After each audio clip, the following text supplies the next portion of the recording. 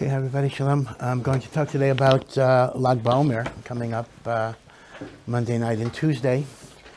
We know that the period of the Omer is actually supposed to be a happy time. There's nothing intrinsic to the period that would be unhappy. These are the days in which we are preparing to receive the Torah. Why should it be unhappy? It's a very, very joyous day.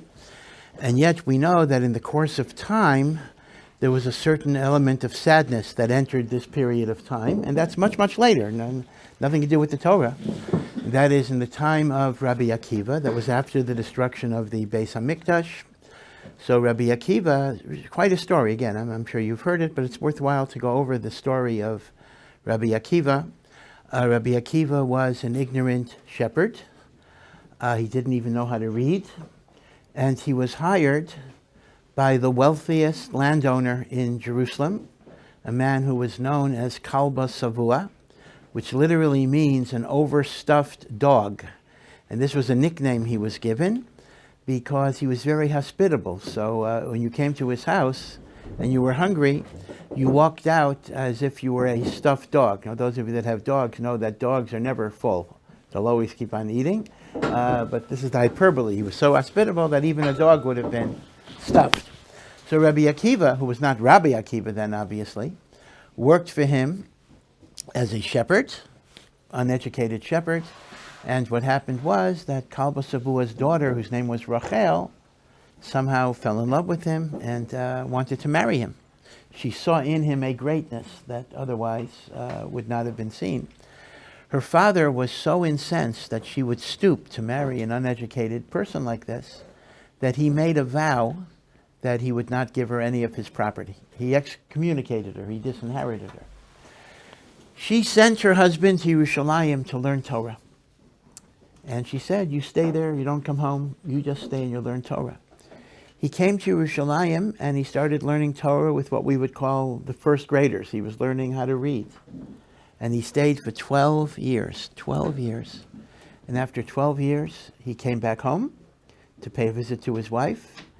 And the story the Gemara tells us is that before he even saw his wife, or before she saw him, he overheard a conversation where somebody said to his wife, what type of husband do you have who leaves you for 12 years? And she said, I wouldn't mind if he'd go for another 12 years. So Rabbi Akiva, without even saying hello or having a cup of coffee, went back for another 12 years. So a total of 24 years of Torah study. Now, let's just talk about each part of the story. L'chaira, good. Even if he's going to go back for another 12 years, why can't he say hello? Why can't he have a cup of coffee? I mean, he turns back without even saying hello. It's very, very difficult for us to understand. The whole thing is difficult for us to understand. But I'll give you two answers that the Mefarshim give. One answer is that 2 times 12 is not the same as 1 times 24, meaning to say, if he would kind of take off a little bit, stay there for a week, bein hazmanim, then even if he went back for another 12 years, it would have been a 12 and a 12. But if he was given the opportunity to create a continuity, even though there was some interruption with travel, the continuity creates a critical mass. This is a very important yesod. Learning 2 hours straight is qualitatively different than learning 1 hour, taking off an hour, and learning for an hour. There's a certain critical mass that you build. The Chazon Ish gave a very interesting mashal to this. Let's imagine you're boiling a pot of water, and it's a large pot, so it would take 30 minutes to bring the water to a boil. Every 29 and a half minutes, you shut off the fire, you wait till the water cools down, and then you turn it on again. So you can have 29 and a half, 29 and a half, 29 and a half, 29 and a half. You can have it 20 times, 100 times, and you'll never get the water to boiling. The water needs 30 minutes. 29 and a half and 29 and a half is not 30 minutes. So part of it is Rabbi Akiva understood. Now, again, if his wife would have wanted him to come, he would have stayed home. But if she gave him permission, he bedafka did not want to interrupt the continuity of learning. And that's an important lesson for us, that we should endeavor, when we're learning to kind of not take a lot of, now again, if you need a break, you need a break. I'm not arguing against the possibility of needing a break. But one needs to understand there's a certain continuity, and this is familiar with what is even known in the physical world as the second wind. I mean, you'll notice, I'm sure you've experienced this. There are going to be times in which in the middle of learning you're extremely exhausted. I mean, I'm that way too. Very, very, very, very tired. It's funny how learning seems to do that more than other activities. If you're doing something else, we tend not to get so exhausted. So we're really, really, really tempted. I'm going to stop now. But the truth of the matter is, you know, if you keep on going for 5 or another 10 minutes, you know, you get over it. We call that the second wind that you get, because it is a reality. And, you know, you got to sometimes, I'm not saying never, but sometimes you just got to carry yourself through that brief period of exhaustion, and then you get into a better place. So that's one reason why Rabbi Akiva didn't want to say hello. There was another reason, though, which I like even more, and that is, if he would have spent even a minute with his wife, he wouldn't have been able to go back. He would have seen how much she suffered. Remember, she was living in poverty for those 12 years. Actually, for 24 years. She was poverty-stricken. Her father did not give her a cent. So she didn't have a husband, and she didn't have any economic resources. She was living, we don't know exactly how she made any living at all. So Rabbi Akiva had a heart also. And if he would have allowed himself to be opened up, he wouldn't have been able to go back. So in a sense, he almost had to force himself, because she wanted it. He had to force himself to kind of be unfeeling and not open himself up to the totality of the situation, because it would have made it impossible for him to go on. Sometimes you got to be tough. Now, again, let me emphasize that Rabbi Akiva's behavior is actually not a model for most of us. If a person got married and told his wife, I want to go away for 12 years to learn, or 24 years, it would be absolutely forbidden. The only heter Rabbi Akiva had was because that is what his wife wanted. His wife told him to do it. People make the wrong lessons sometimes. This is not something you can impose on your wife. This is something your wife, out of her great righteousness, might want you to do, and then you do it. Then you can do it, but it's not something we should impose. It should never be taken as some demand that you make. So, be it as it may, I'm going to continue the story. So Rabbi Akiva went back for another 12 years. After 24 years, he was no longer the first grader who didn't know how to read. He was now Rabbi Akiva, the greatest rabbi of Israel. The greatest rabbi of Israel. And he had his own yeshiva. And his yeshiva had 24,000 students. Very amazing. Think about this. The largest yeshiva in the world, it's a machlokas, is it Lakewood in New Jersey, or is it Mir here? But whatever it is, the numbers are approximately 7,000 people. That is the largest yeshiva in the world. And indeed, if you go back to the great yeshivas of Europe, Slobodka, Kamenetz, Volozhin, they had like 300 people, 400 people. Yeshivas were not huge, like, state universities are. So Rabbi Akiva had 24,000 students. That's more than 3 times the largest yeshiva in the world today. And he came back. And imagine his wife seeing her husband come back with 24,000 students. Imagine the fact that now she sees it was all worth it. All of the years of sacrifice, all the years of deprivation, all the years of loneliness. But she now sees what was accomplished. And it was all worth it. Reminiscent of what David HaMelech says in Shir HaMalos that we recite on Shabbos. Hazorim bedima, you planted your seeds with tears. Barina yiktzairu, you harvest with joy. Right? And that's what it is. So she went, she's dressed in rags, and she goes to approach her husband. And the Talmidim don't know who she is, and they think she's some crazy woman, whatever it is, and they block her. And Rabbi Akiva utters the famous immortal words that are actually engraved on his tombstone, if you've been to his kever in Tiberia. Shali v'shalochem, all that I am and all that you are, he said to his students, Shalah is because of her. She is the reason why everything is here. So they got reunited. Now what's interesting is, Kalba Savua, his father-in-law, doesn't know this is Rabbi Akiva. He doesn't know who this is. And the Gemara says the following. Finally, I don't know why it took him so long, after 24 years, he finally is sorry that he put his daughter through all of this agony. But he made a vow. Now there is a halacha. When you make a vow, there is a procedure that is called hataras nedorim, the annulling of vows. Normally you go in front of a beis din to annul a vow, but there is a din that says, we don't follow it today, that an individual who's very, very great in learning can matur a vow even without a beis din. That's called yochid mumcha. Bisman hazeh, we don't rely upon that. Even Rav Chaim Kanevsky or Rav Elyashiv would not matur a vow without a beis din, but me'ikar adin, there is a principle called yochid mumcha. So, Kalba Sabua figured, I see this big rabbi with 24,000 students, maybe I'll go and try to matur the vow. Apparently he didn't hear the earlier discussion, Shali v'shalochem, whatever we are, it's because of her. He didn't know that this is his son-in-law. So he goes to Rabbi Akiva, he doesn't even recognize him, and he says, 24 years ago I made a vow to disinherit my daughter because she married an ignorant man. I want to get the vow annulled.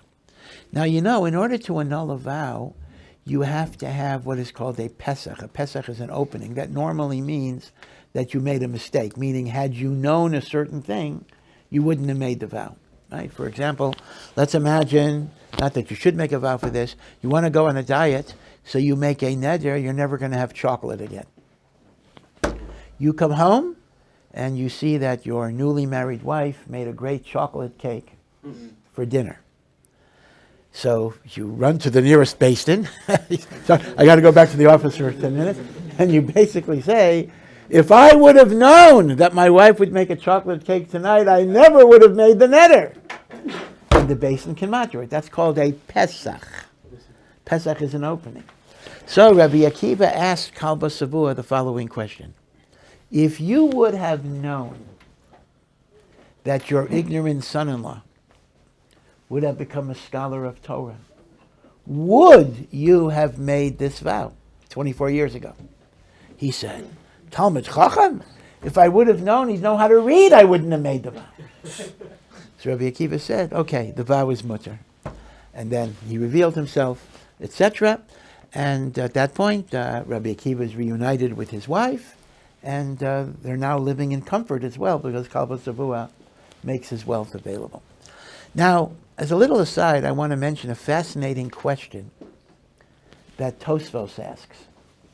The halacha is, in order to be a halachic Pesach, it has to be a pre-existing fact, not something that happens in the future. Again, let's take the chocolate as an example.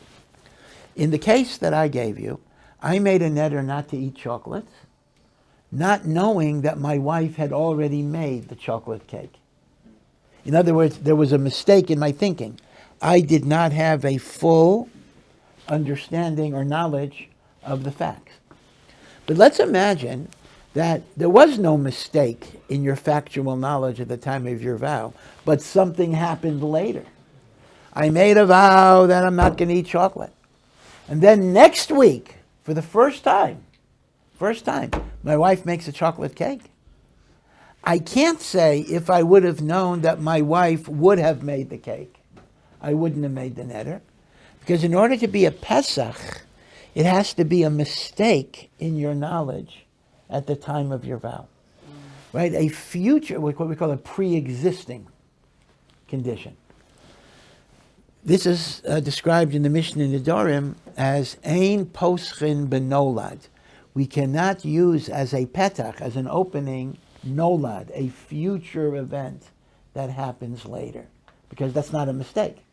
So Frek Taisvis, a Gavaldiga Kasha, Taisus asks a wonderful Kasha. If Rabbi Akiva would have been a secret Talmud Chacham, meaning Rabbi Akiva was pretending to be ignorant, but really he was a great Talmud Chacham, And Kalba Savua made a vow, because he's ignorant, I'm not going to give him give my daughter any money. And now he discovered Rabbi Akiva was a Talmud Chacham all along. That would have been a classic Pesach. Had I known he was a Talmud Chacham, I wouldn't have made the neder. But here, Rabbi Akiva was ignorant at the time. Kalba Savua made the neder. Did Kalba Savua act under... Now, I'm not saying he's justified. Again, I'm not suggesting he should have made the neder. That's not our discussion. But given the fact that he made the neder, again, not that it was a good thing to do, but did he make the neder under any mistaken assumption? Was there any mistake in his knowledge of the facts? Absolutely not. Rabbi Akiva was ignorant. Ella what? He became a Talmud Chacham later? That's called nolad. Nolad is not a basis to annul a vow. So listen to what Tosas's answer is. Tosas's answer is, since at the time Kalba Savua made the vow, even before Rabbi Akiva went to Yerushalayim, he had already begun studying Torah, Aleph Beis and the like. When you commit yourself to the learning of Torah, the fact that you will become a Talmud Chacham is so certain that it's as if it already happened. It's as if it already happened, even though you're still in Amoritz, because that's how certain it is. So, when we walk away from the story of Rabbi Akiva, I think there are so many things we ought to be very moved with. Number one, the idea that he didn't know anything till the age of 40. Here people, Baruch Hashem, we have some people who are just beginning their learning, and they might get discouraged. I'm 22 and I just didn't have a Jewish education. Well, Rabbi Akiva was 40. And he didn't really have a Jewish education. Now, was he from that? We don't really know exactly, but at least in terms of Jewish education, he didn't know how to read the Torah. So, one big lesson of Rabbi Akiva is, no matter how old you are, no matter when you start, if you're committed, you can become very, very great in Torah learning and Torah knowledge. Now, I'm not going to make the promise that any of you guys will be Rabbi Akiva, and I'm not going to be Rabbi Akiva, granted. But at least it's a story of the potential that we have, no matter when we start. And that is tremendous. It is also the story about a wife who saw a greatness in her husband that he probably didn't even see himself, which is remarkable. Someone that had faith, right? Someone that has faith in you. How important that is. Rabbi Akiva externally, he must have been a smart person, he must have been an intelligent person, but he seemed to be uncouth. In fact, he even describes later, many years later, he described that he actually hated Talmud. When he was in Amoritz, he hated the learned rabbis. It said if I would see a rabbi, I would like to tear him like a fish, rip apart a fish. Or I would like to bite him, and then he even makes the point, and not bite him like a dog, which just breaks skin, but bite him like a wild donkey that breaks bone. You don't want to be bitten by a donkey that can go through the bone. It says, I hated him. And yet Rachel saw in this uncouth shepherd, she saw greatness. And that's a big lesson about we too. How we have the potential to build people up, build our children up, build our students up, by letting them see a potential that they may not be aware of. And by the way, we should apply it to ourselves as well. We should look at ourselves and see a potential that is very, very great. A third lesson emerges from Tosas's point. That Tosas asked a technical question, how could his becoming learned be a basis for the annulment of the vow? That was a future thing, right? That was Tosas's question. What does Tosas say? It is so certain that when you commit to learn, you will have success. It's ki'ilu, it already happened. It's as if it already happened. It's in the bag. That too is something that's quite powerful. The idea that, it's a long, laborious process to learn Torah. Not easy at all. But you stick with it, you will have success. And that's what Chazal say elsewhere. If a person says, Yogati, I worked hard, V'lo matzati, but I didn't find success in my learning, Al Tamin, we don't believe him. Meaning he's lying in one part of his statement. Either he didn't work, that's why he's not successful, or the other way around. He worked and he had success, he just didn't recognize it. Either way, in other words, when it says you don't believe him, you can argue which thing don't we believe, but the answer is, we don't know which thing is not true. But one of them is not true. It can't be you worked and you weren't successful. Either you didn't work or you were successful, right? Either way. Okay? So the Rabbi Akiva story is a lovely, lovely story. The Gemara doesn't give us that many romantic stories in Shas. The story about Rabbi Akiva and his wife is actually a romantic story, even though it had so many years of separation. But it came out of the love that they had for each other and the faith that she had in him that he would become a great man. So I wish I could end the story there, but I can't end the story there. Right? We reached a really good place, a climax. A few years later, in the period between Pesach and Shavuos, there was the outbreak of a plague. And those 24,000 students of Rabbi Akiva, those 24,000, the same group, they died. They died. Can you imagine? Obviously, that's always a tragedy. But imagine the tragedy on a personal level to Rachel. She sacrificed, you'll notice the number 24 keeps on appearing here. She sacrificed 24 years of her life. And she finally saw the blessed success of that sacrifice. And then everything went into the dust. And because there was a tradition that the 24,000 students of Rabbi Akiva died in the days between Pesach and Shavuos, from that time onwards, it was superimposed over the joyous part of Svirat Omer. Different sadness and restrictions of not getting married, not getting haircuts, not listening to at least live music. Again, recorded music. These are halachic shaylas. Some will allow it, some won't allow it. I'm not here to go over the halachas of the Omer. But the basic idea, no haircuts, no dancing, no live music, no weddings, is to commemorate the deaths of the 24,000 students of Rabbi Akiva. Now, let's ask a simple question. Okay, 24,000 great people dying is a really sad thing. But to be frank and brutal, we've had worse. We had Holocaust, we had all sorts of things. Like, why would I single out for all of the, it's been almost 2,000 years. I'm still thinking about the students of Rabbi Akiva. We've been through a lot of stuff since then. So what's the big deal? I don't mean to demean it. Even if one person dies, it's a big deal. But in comparative terms, why would we take this as a focus that we're still involved in ad hayom hazeh? So I'll give you two reasons. Reason number one is that although numerically 24,000 is a lot less than 6 million, etc., but Lamaisa, you have to understand that they were virtually all of the Talmidei Chachamim of the generation, meaning to say, the Torah was hanging by a thread. By a thread. If God forbid, now Rabbi Akiva wound up with 5 students. 5 who didn't die, including Rabbi Shimon Bar Yochai. So the whole Torah was transmitted to the next generation through 5 people. That's very scary. That is actually worse than the Holocaust. In the Holocaust, numerically, we lost so many Jews and we lost so many tzaddikim. But we had many, many Talmidei Chachamim in America, in Israel, etc.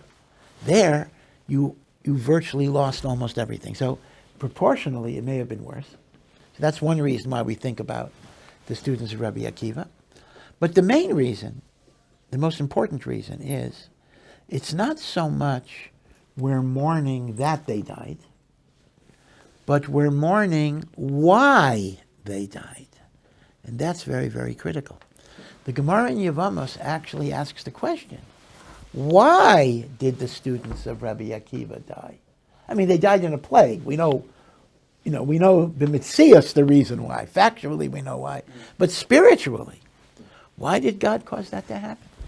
So the Talmud says, because they did not show proper respect and honor to each other. They did not show kavod.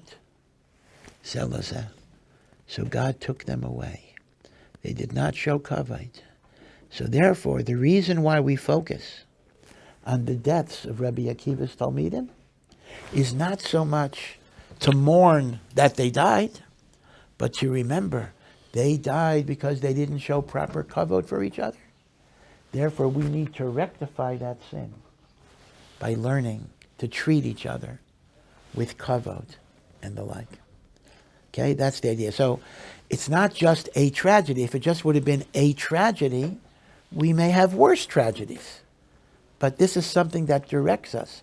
When you are preparing to receive God's Torah on the holiday of Shavuos, there's a lot of different things you got to prepare. Intensify my learning and my mitzvahs. But in particular, intensify my Avas Yisrael, my love for my fellow Jew. The kavod I have, and again, I mentioned in another shir, that the word kavod itself is a very interesting term. Kavod means honor. It means respect. But Rav Shimshon Rav Hirsch points out that kavod is the same shirish as the word heaviness. Kaved is heaviness. Meaning kavod is seeing the heaviness of the other person. Now, what do I mean heaviness? We're not focusing on weight or even boxing prowess, heavyweight. But rather, when we say someone is heavy, I mean, you say someone is a heavyweight, right? If somebody is a great expert in a field, right, the world's greatest cancer doctor, people might say he's the heavyweight in the field. So heavy means you're significant. You have gravitas, would be the fancy word to use. So Rav Hirsch says, showing kavod to a person doesn't just mean being polite.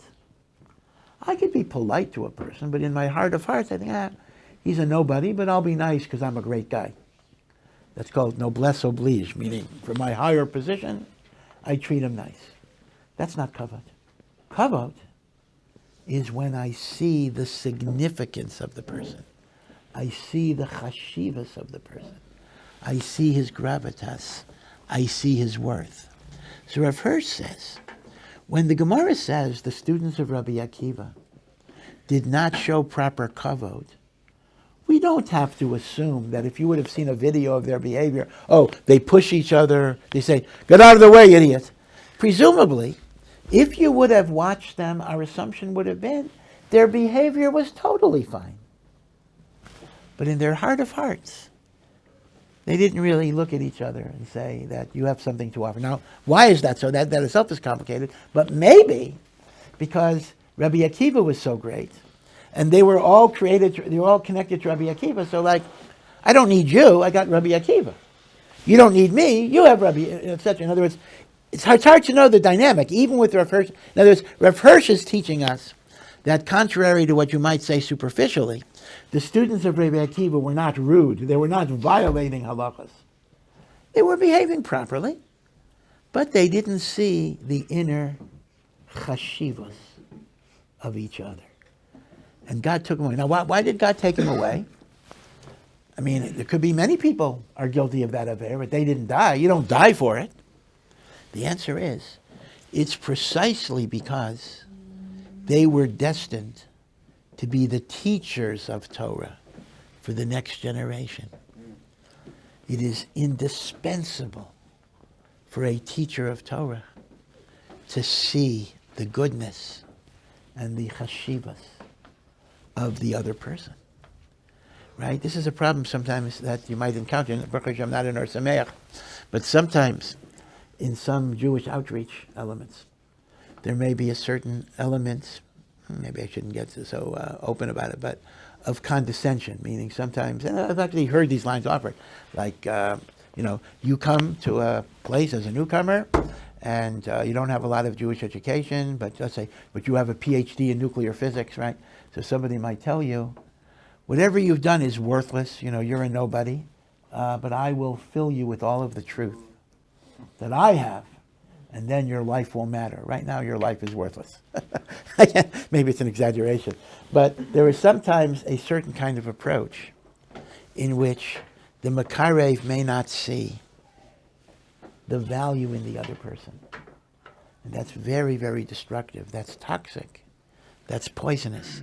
The students of Rabbi Akiva were taken from the world because God said, you cannot be a teacher of Torah if you don't see the goodness and chashivas in the soul of the other.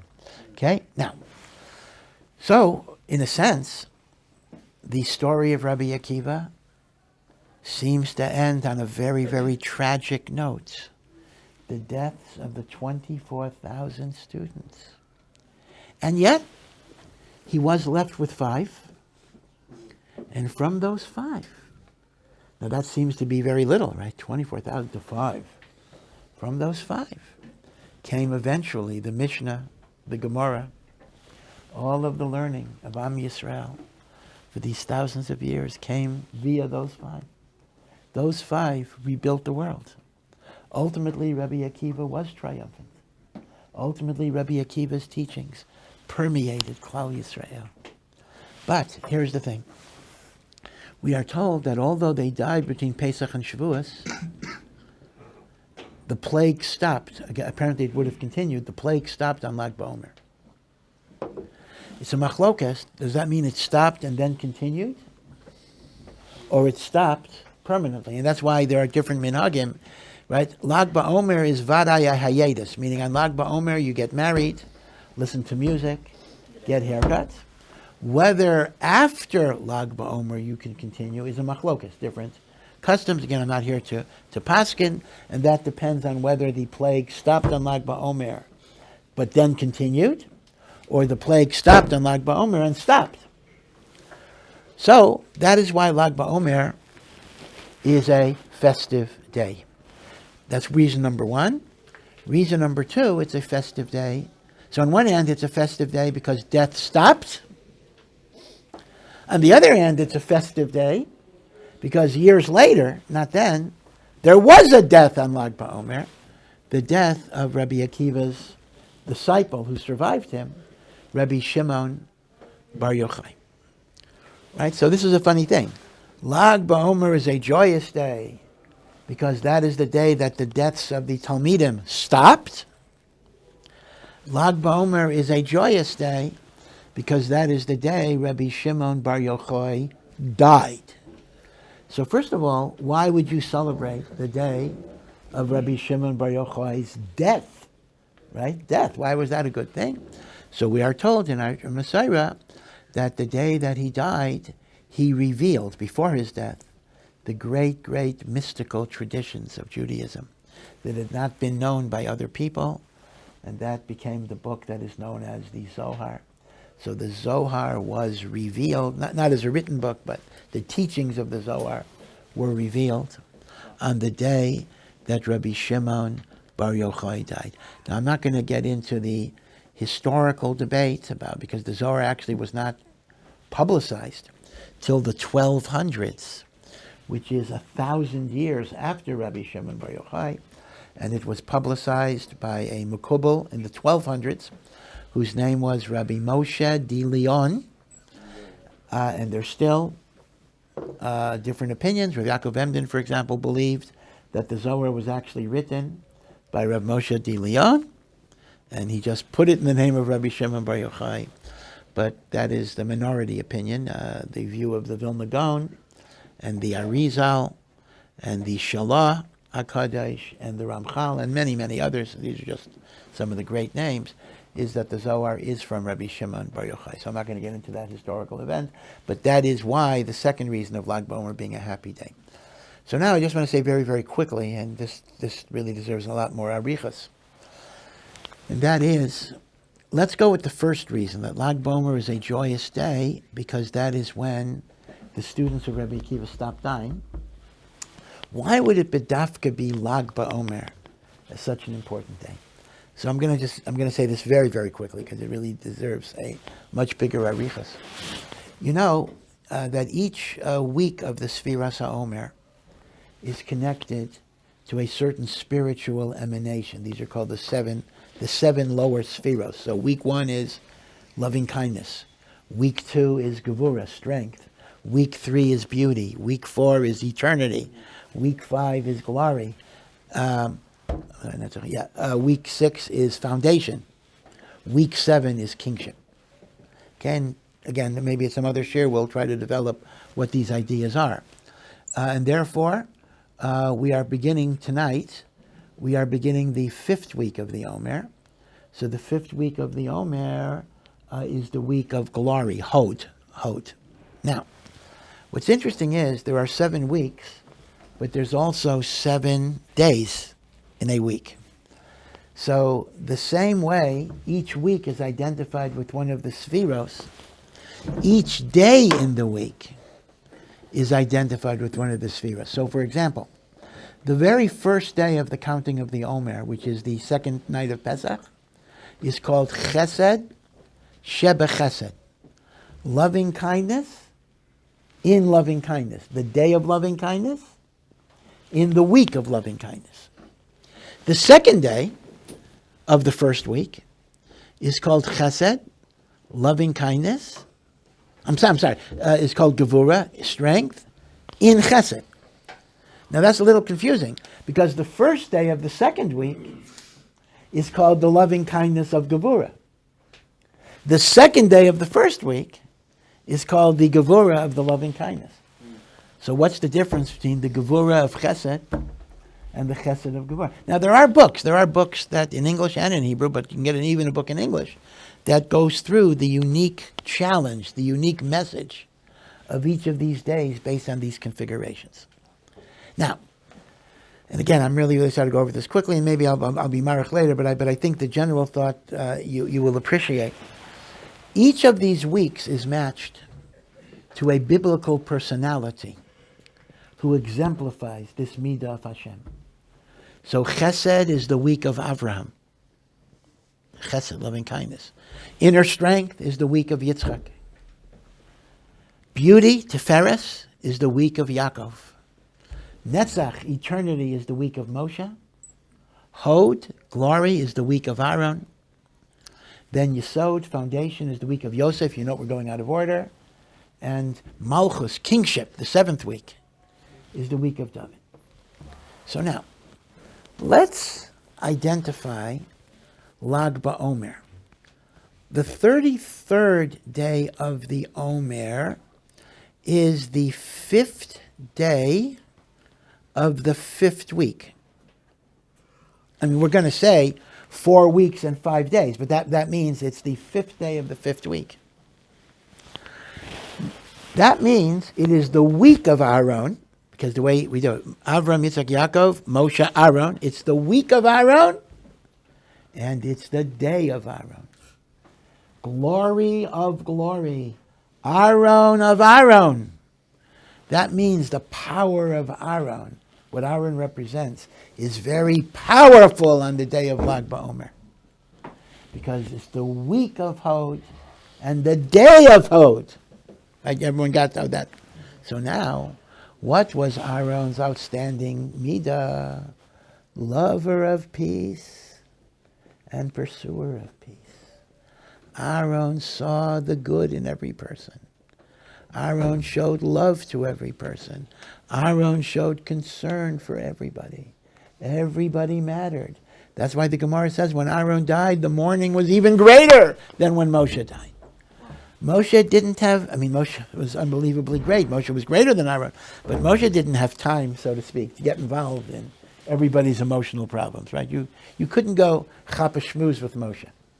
It wouldn't be that easy to do. Aaron was more of a man of the people. That's what the Gemara says. So, if the students are dying because they don't see the chashivas of each other, but at least on Lag BaOmer, the spiritual vibes pulled them out of that circumstance. So they could see the kavod. Once they see the kavod, the magefa stops.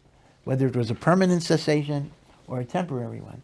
If the magefa comes because you don't have kavod for each other, when you have kavod, the magefa stops. And why was it Lag BaOmer that the Magefa stopped? Because it's a double dose of Aram. The midah of Ohev Shalom, V'rodev Shalom, was very, very, very powerful.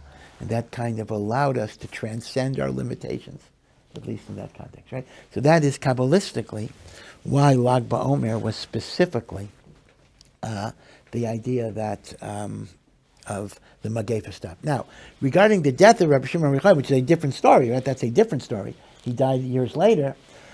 As you know, Rabbi Shimon Bar Yochai is buried in Meron, right? Meron is the next hill over from Tzfat. And I tell you what, if you'd want to go to Meron today, I guarantee you would have the kever all for yourself. Meron is a very sleepy little town. Lag BaOmer is actually, some say it's the worst day to go to Meron. I mean, putting aside the tragic accidents that we had, that Emir Hashem should never happen again. But just in terms of the crowds, it's going to be almost impossible to be daven at the kever for any long length of time. In fact, there's an old joke that Meron is so crowded in Lag BaOmer that even Rav Shimon Bar Yochai goes somewhere else. He kind of goes out of town. But still, people go to Meron because that is the yard site of the Rashbi. Rashbi is Rabbi Shimon Bar Yochai. But interestingly enough, some people say that was a printing mistake in the Kisvei Ari. In other words, because there is no source that he died in Lag BaOmer. It was based on a Kabbalistic book that says Yom Shemeis Bo. Meis Bo, the day that he died, Rabbi Shimon Bar Yochai. But some point out, in the original manuscript of the Kisvei Ari, there's an extra letter. It doesn't say Shemeis, but it has a ches in the middle. Yom Simchat. See, Shemeis is Shin Mem Taf. Simchat is Shin Mem Chet Taf. It is the day of the rejoicing of Rav Shimon Bar Yochai, which means it's the day that he taught the Zohar, yeah. But it's not necessarily the day that he died. So there are some that say that the widespread belief that he died on Lag BaOmer is based on a printing mistake that left out the letter Ches from Simchat, so it becomes Yom Shemeis. So I don't know. I can't tell you one way or the other, but the revelation of the mystical teachings, that for sure happened, because even like the original text, Simchat, that was the joy of that revelation. So, B'ezras May, wish you all a very, very happy Lag BaOmer in the coming week. And